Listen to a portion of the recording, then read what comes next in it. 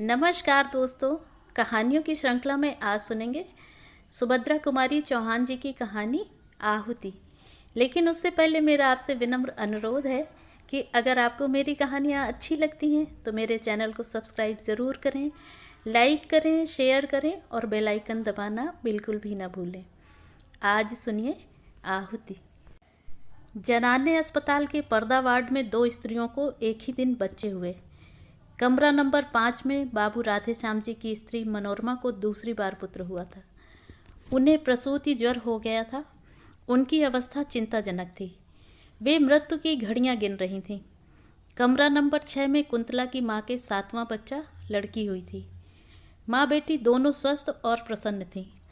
घर में कोई बड़ा आदमी न होने के कारण माँ की देखभाल कुंतला ही करती थी।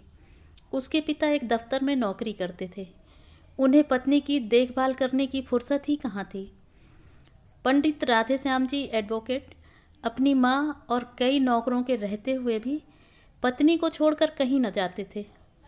10 दिन के बाद कुंतला की माँ पूर्ण स्वस्थ होकर बच्ची समेत अपने घर चली गईं और उसी दिन राधेश्याम जी की स्त्री का देहांत हो गया। अपने नवजात शिशु को लेकर वे भी घर आए, किंतु पत्नी विहीन घर उन्हें जंगल से भी अधिक सूना मालूम हो रहा था। पत्नी के देहांत के बाद राधेश्याम जी ने दृढ़ निश्चय कर लिया था कि वे दूसरा विवाह नहीं करेंगे। मनोरमा पर उनका अत्यंत प्रेम था। वह अपने चिन्ह स्वरूप जो एक छोटा सा बच्चा छोड़ गई थी, वही राधेश्याम जी का जीवन आधार था। वे कहते थे कि इसी को देखकर और मनोरमा की मूर्ति की पूजा करते हुए ही अपने जीवन के शेष दिन बिता देंगे।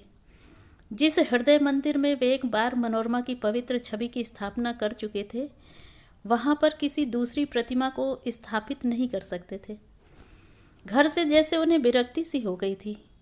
भीतर वे बहुत कम आते, अधिकतर बाहर बैठक में ही रहा करते।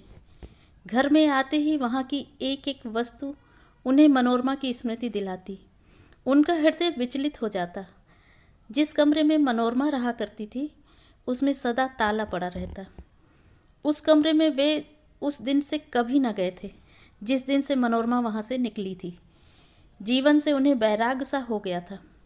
आने जाने वालों को वे संसार की असारता और शरीर की नश्वरता पर लेक्चर दिया करते। कचहरी जाते पर वहाँ भी जी न लगता। जिन लोगों से 50 रुपया फीस लेनी होती, उनका काम 25 में ही कर देते।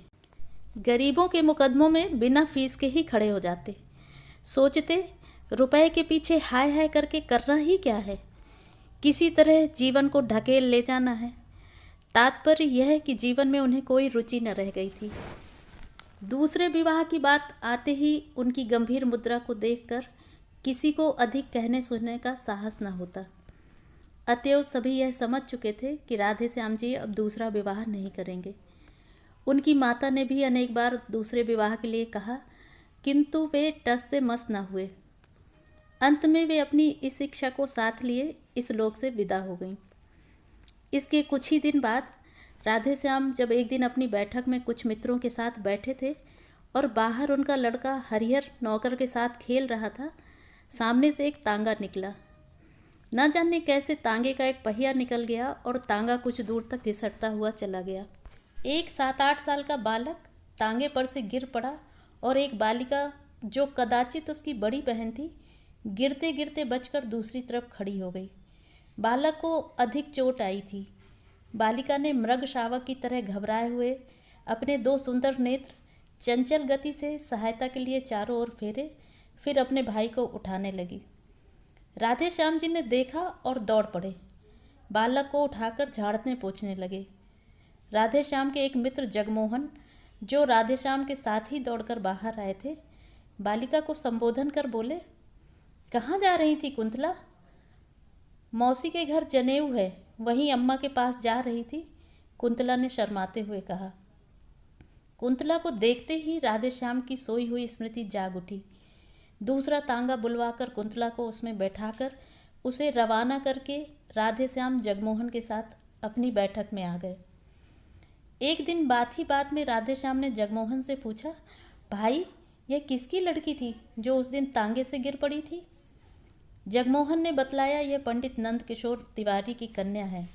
पढ़ी लिखी, गृह कार्य में कुशल और सुंदर होने पर भी धनाभाव के कारण अभी तक कुमारी है। बेचारे तिवारी जी 50 रुपये माहवार पर एक ऑफिस में नौकर हैं। बड़ा परिवार है, 50 रुपये में तो खाने पहनने को भी मुश्किल से पूरा पड़ता होगा। फिर लड़की के विवाह के लिए 2-3 हज़ार रुपये कहाँ से लावें? कान कुब्जों में तो बिना हरौनी के कोई बात ही नहीं करता। कष्ट ही में हैं बेचारे। लड़की सयानी है, पढ़ा लिखा कर किसी मूर्ख के गले भी तो नहीं बांधते बनता। एक बार तिवारी जी पर उपकार करने की सद्भावना से राधे श्याम जी का हृदय आतुर हो उठा, किंतु तुरंत ही मनोरमा की स्मृति ने उन्हें सचेत कर दिया। तिवारी जी पर उपकार करना मनोरमा को हृदय से भुला देना था। राधे श्याम को जैसे कोई भूली बात याद आ गई हो। वे अपने आप ही सिर हिलाते हुए बोल उठे, नहीं, यह कभी नहीं हो सकता। राधे श्याम के हृदय की हलचल को जगमोहन ने ताड़ लिया। वार करने का उन्होंने यही उपयुक्त अवसर समझा। संभव है निशाना ठीक पड़े। तुम क्या कहते हो राधे श्याम? है ना लड़की बड़ी सुंदर, पर बेचारी को कोई योग्य वर नहीं मिलता। अगर तुम इससे विवाह कर लो तो कैसा रहे? राधे श्याम उदासीनता से बोले, भाई, लड़की सुंदर तो जरूर है, पर मैंने तो विवाह न करने की प्रतिज्ञा कर ली है। जगमोहन उत्साह भरे शब्दों में बोले, अरे छोड़ो भी, ऐसी प्रतिज्ञा तो पत्नी के देहांत के बाद सभी कर लेते हैं। उसके माने यह थोड़े है कि फिर कोई विवाह करता ही नहीं। अरे भाई, जन्म और मृत्यु जीवन में लगा ही रहता है। संसार में जो पैदा हुआ है वह मरेगा, जो मरा है वह फिर आएगा। रंज किसे नहीं होता, किंतु उस रंज के पीछे बैरागी थोड़े बन जाना पड़ता है। और फिर अभी तुम्हारी उम्र ही क्या है? यही ना 35-36 साल की। बस जीवन भर तपस्या करने की बात है। बिना स्त्री के घर जंगल से भी बुरा रहता है। ब्रजेश की माँ 4 ही 6 दिनों के लिए मायके चली जाती हैं तो घर जैसे काट खाने को दौड़ता है। राधे श्याम, यह कोई बात नहीं जगमोहन, घर से तो मुझे कुछ मतलब ही नहीं है। जिस दिन मनोरमा का देहांत हुआ, घर मेरे लिए घर ही नहीं रह गया। बात इतनी है कि बच्चे की देखभाल करने वाला अब कोई नहीं है। अम्मा थीं तब तक तो कोई बात ही न थी, पर अब बच्चे की कुछ भी देखभाल नहीं होती। नौकरों पर बच्चे को छोड़ देना उचित नहीं, और मैं कितनी देखभाल कर सकता हूँ, तुम ही सोचो। परिणाम यह हुआ कि बच्चा दिनों दिन कमज़ोर होता जा रहा है। राधे श्याम का विवाह कुंतला के साथ हो गया। उनकी उजड़ी हुई गृहस्थी में बहार आ गई। मनोरमा के बंद कमरे का ताला खोलकर उनके चित्रों पर हल्की रंगीन जाली का पर्दा डाल दिया गया। उस घर में फिर से नूपुर की मधुर ध्वनि सुनाई पड़ने लगी। चतुर गृहिणी का हाथ लगते ही घर फिर स्वर्ग हो गया। कुंतला की कार्यकुशलता और बुद्धि की कुशाग्रता पर राधे श्याम मुग्ध थे। कुंतला के प्रेम के प्रकाश से उनका हृदय आलोकित हो उठा। अब वहाँ पर मनोरमा की धुंधली स्मृति के लिए भी स्थान न था। वे पूर्ण सुखी थे। राधे श्याम जी ने दूसरा विवाह किया था, संभवतः हरिहर की देखभाल के लिए ही, किंतु इस समय कुंतला को हरिहर से अधिक राधे श्याम की देखभाल करनी पड़ती थी। उनकी देखभाल से ही वह परेशान हो जाती, इतनी थक जाती कि उसे हरिहर की तरफ आंख उठाकर देखने का भी अवसर ना मिलता। कुंतला के असाधारण रूप और यौवन ने तथा राधे श्याम जी की ढलती अवस्था ने उन्हें आवश्यकता से अधिक असावधान बना दिया था। बुरा भला कैसा भी हो, सबकी एक सीमा होती है। राधे श्याम के इस अनाचार से कुंतला को जो मानसिक वेदना होती सो तो थी ही, किंतु इसका प्रभाव उसके स्वास्थ्य पर भी पड़े बिना न रहा। कुंदन की तरह उसका चमकता हुआ रंग पीला पड़ गया, आंखें निस्तेज हो गईं। 6 महीने की बीमार मालूम होती। वैसे ही वह स्वभाव से सुकुमार थी। अब चलने से उसके पैर कांपते, सदा हाथ पैर में दर्द बना रहता, जी सदा ही अलसाया रहता। खाट पर लेट जाती तो उठने की हिम्मत न पड़ती। कुंतला की इस अवस्था से राधे श्याम अनभिज्ञ हो सो बात न थी, उन्हें सब मालूम था। कभी कभी ग्लानि और पश्चाताप उन्हें भले ही होता, किंतु लाचार थे। कहते हैं ना, ढलती उम्र का विवाह और विशेषकर दूसरे विवाह की सुंदर स्त्री मनुष्य को पागल बना देती है। था भी कुछ ऐसा ही। कुंतला अपने जीवन से कुछ बेजार सी हो रही थी। वह राधे श्याम को किस प्रकार रोक सकती थी, किंतु वह तो उनकी विवाहिता पत्नी ठहरी, क्योंकि 7 भांवरे फिर लेने के बाद राधे श्याम को उसके शरीर पर पूरी मोनोपोली सी मिल चुकी थी ना। इधर कुछ दिनों से शहर में एक स्त्री समाज की स्थापना हुई थी। एक दिन उसकी कार्यकारिणी की कुछ महिलाएं आकर कुंतला को निमंत्रण दे गईं। कुंतला ने सोचा, अच्छा ही है, घंटे 2 घंटे घर से बाहर रहकर अपने इस जीवन के अतिरिक्त भी देखने और सोचने समझने का अवसर मिलेगा। उसने निमंत्रण स्वीकार कर लिया। वहाँ गई भी। वहाँ जितनी स्त्रियों ने भाषण पढ़े या दिए, कुंतला ने सुने। उसने सोचा वह इन सब से अधिक अच्छा लिख सकती है और बोल सकती है। घर आकर उसने भी एक लेख लिखा। विषय था भारत की वर्तमान सामाजिक अवस्था में स्त्रियों का स्थान। राधे श्याम ने भी लेख देखा, बहुत प्रसन्न हुए। लेख लिए हुए वो बाहर गए। बैठक में कई मित्र थे, उन्हें दिखलाया। सभी ने लेखिका की शैली एवं सामयिक ज्ञान की प्रशंसा की। अपने एक साहित्य सेवी मित्र अखिलेश्वर को लेकर राधे श्याम भीतर आए। कुंतला को बुलाकर बोले, कुंतला, तुम्हारा लेख बहुत ही अच्छा है। मुझे नहीं मालूम था कि तुम इतना अच्छा लिख सकती हो, नहीं तो सदा तुमसे लिखते रहने का आग्रह करता। तुम्हारे इस लेख में कहीं कहीं भाषा की त्रुटियां हैं जरूर, पर ये मेरे मित्र अखिलेश्वर ठीक कर देंगे। अब तुम रोज कुछ लिखा करो, ये ठीक कर दिया करेंगे। मुझे तो भाषा का ज्ञान नहीं, अन्यथा मैं ही देख लिया करता। खैर, कोई बात नहीं, यह भी घर ही के से आदमी हैं। कुंतला के लेखों का भार अखिलेश्वर को सौंपकर राधे श्याम को बहुत संतोष हुआ। कुंतला को अब एक ऐसा साथी मिल गया था जिसकी आवश्यकता वह बहुत दिनों से कर रही थी, जो उसे घरेलू जीवन के अतिरिक्त और भी बहुत सी उपयोगी बातें बता सकता था, जो उसे अच्छे से अच्छे लेखकों और कवियों की कृतियों का रसास्वादन करा के साहित्यिक जगत की सैर करा सकता था। कुंतला अखिलेश्वर का साथ पाकर बहुत संतुष्ट थी। अब उसे अपना जीवन उतना कष्टमय और नीरस ना मालूम होता था। कुंतला और अखिलेश्वर प्रतिदिन एक बार अवश्य मिला करते। कुंतला की अभिरुचि साहित्य की ओर देखकर उसकी विलक्षण कुशाग्र बुद्धि एवं लेखन शैली की असाधारण प्रतिभा पर अखिलेश्वर मुग्ध थे। वे उसे एक सुयोग्य रमणी बनाने में तथा उसकी प्रतिभा को पूर्ण रूप से विकसित करने में सदा प्रयत्नशील रहते थे। लाइब्रेरी में जाते, अच्छी से अच्छी पुस्तकें लाते और उसे घंटों पढ़कर सुनाया करते। कविवर शेली, टेनिसन और कीट्स तथा महाकवि शेक्सपियर इत्यादि के ऊंचे दर्जे की कविताएं पढ़कर उसे समझाते, उसके सामने व्याख्या तथा आलोचना करते और उससे करवाते। हिंदी के धुरंधर कवियों की रचनाएं सुनाकर वे कुंतला की प्रवृत्ति कविता की ओर फेरना चाहते थे। उनका विश्वास था कि कुंतला लेखों से कहीं अच्छी कविताएं लिख सकेगी, किंतु अब राधे श्याम को कुंतला के पास अखिलेश्वर का बैठना अखरने लगा था। कभी कभी सोचते, शायद कुंतला के सुंदर रूप पर ही रीझ कर अखिलेश्वर उसके साथ इतना समय व्यतीत करते हैं, किंतु वे प्रकट में कुछ न कह सकते थे, क्योंकि उन्होंने स्वयं ही तो उनका आपस में परिचय कराया था। कुंतला राधे श्याम के मन की बात समझती थी, इसलिए वह बहुत सतर्क रहती, किंतु फिर भी यदि कभी भूल से उसके मुंह से अखिलेश्वर का नाम निकल जाता तो राधे श्याम के हृदय में ईर्ष्या की अग्नि भभक उठती। अब अखिलेश्वर के लिए राधे श्याम के हृदय में मित्र भाव की अपेक्षा ईर्ष्या का भाव ही अधिक था।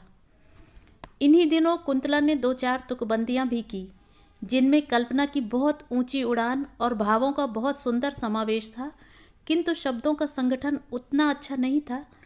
अपने हाथ के लगाए हुए पौधों में फूल आते देखकर जिस प्रकार किसी चतुर माली को प्रसन्नता होती है, उसी प्रकार कुंतला की कविताएं देखकर अखिलेश्वर खुश हुए। उन्होंने कविताएं कई बार पढ़ीं और राधे श्याम को भी पढ़कर सुनाई। कुंतला की बुद्धि की बड़ी प्रशंसा की, किंतु राधे श्याम खुश न हुए। उन्हें ऐसा मालूम हुआ कि जैसे कुंतला ने अखिलेश्वर के विरह में ही विकल होकर ये कविताएं लिखी हैं। अखिलेश्वर निष्कपट और निस्वार्थ भाव से कुंतला का शिक्षण कर रहे थे। उन्हें कुंतला से कोई विशेष प्रयोजन न था। कुंतला के इस शिक्षण से उन्हें इतना ही आत्मसंतोष था कि वे साहित्य की एक सेविका तैयार कर रहे हैं, जिसके द्वारा कभी न कभी साहित्य की कुछ सेवा अवश्य होगी। राधेश्याम के हृदय में इस प्रकार उनके प्रति ईर्ष्या के भाव प्रज्वलित हो चुके हैं, इसका उन्हें ध्यान भी न था। अखिलेश्वर कई दिनों तक लगातार बीमार रहने के कारण घर से बाहर न निकल सके। खाट पर अकेले पड़े पड़े धनिया गिनते हुए उन्हें अनेक बार कुंतला की याद आई। कई बार उन्होंने सोचा कि उसे बुलवा भेजें, फिर जाने क्या आगा पीछा सोचकर वे कुंतला को न बुला सके। इधर कई दिनों से अखिलेश्वर का कुछ भी समाचार न पाकर कुंतला भी उनके लिए उत्सुक थी। वह बार बार सोचती, एकाएक इस प्रकार आना क्यों बंद कर दिया, क्या बात हो गई। किंतु वह अखिलेश्वर के विषय में राधेश्याम से कुछ पूछते हुए डरती थी। इसी बीच एक दिन कुंतला की माँ ने कुंतला को बुलवा भेजा। राधेश्याम कुंतला से यह कहकर कि जब तांगा आवे तुम चली जाना, कचहरी चले गए। कुंतला माँ के घर जाकर जब वहाँ से 3 बजे लौट रही थी तो उसे रास्ते में हाथ में दवा की शीशी लिए हुए अखिलेश्वर का नौकर मिला। नौकर से मालूम करके कि अखिलेश्वर बीमार है, कई दिनों तक तेज बुखार रहा है, अब भी कई दिन घर से बाहर न निकल सकेंगे, कुंतला अपने आप को रोक न सकी। क्षण भर के लिए अखिलेश्वर से मिलने के लिए उसका हृदय व्याकुल हो उठा। अखिलेश्वर के मकान के सामने पहुंचते ही तांगा रुकवाकर वह अंदर चली गई। साथ में उसकी छोटी बहन भी थी। अचानक कुंतला को अपने कमरे में देखकर अखिलेश्वर को विस्मय और आनंद दोनों ही हुए। अपनी खाट के पास ही कुंतला के बैठने के लिए कुर्सी देकर वे स्वयं उठकर खाट पर बैठ गए। बोले, कुंतला तुम कैसे आ गई? इस बीमारी में तो मैंने तुम्हारी बहुत याद की। इसी समय राधेश्याम जी ने कमरे में प्रवेश किया। कुंतला कुछ भी न बोल पाई। राधेश्याम को देखते ही अखिलेश्वर ने कहा, आओ भाई राधेश्याम, आज कुंतला आई तो तुम भी आए, वरना आज 8 दिन से बीमार पड़ा हुआ हूँ। रोज ही तुम्हारी याद करता था, पर तुम लोग कभी ना आए। फिर घड़ी की ओर देखकर बोले, आज 3 ही बजे कचहरी से कैसे लौट आए? राधेश्याम ने रुखाई से उत्तर दिया, कोई काम नहीं था इसलिए चला आया। फिर पत्नी की ओर मुड़कर बोले, चलो चलती हो, मैं तो जाता हूँ। अखिलेश्वर ने बहुत रोकना चाहा पर वे न रुके, चले ही गए।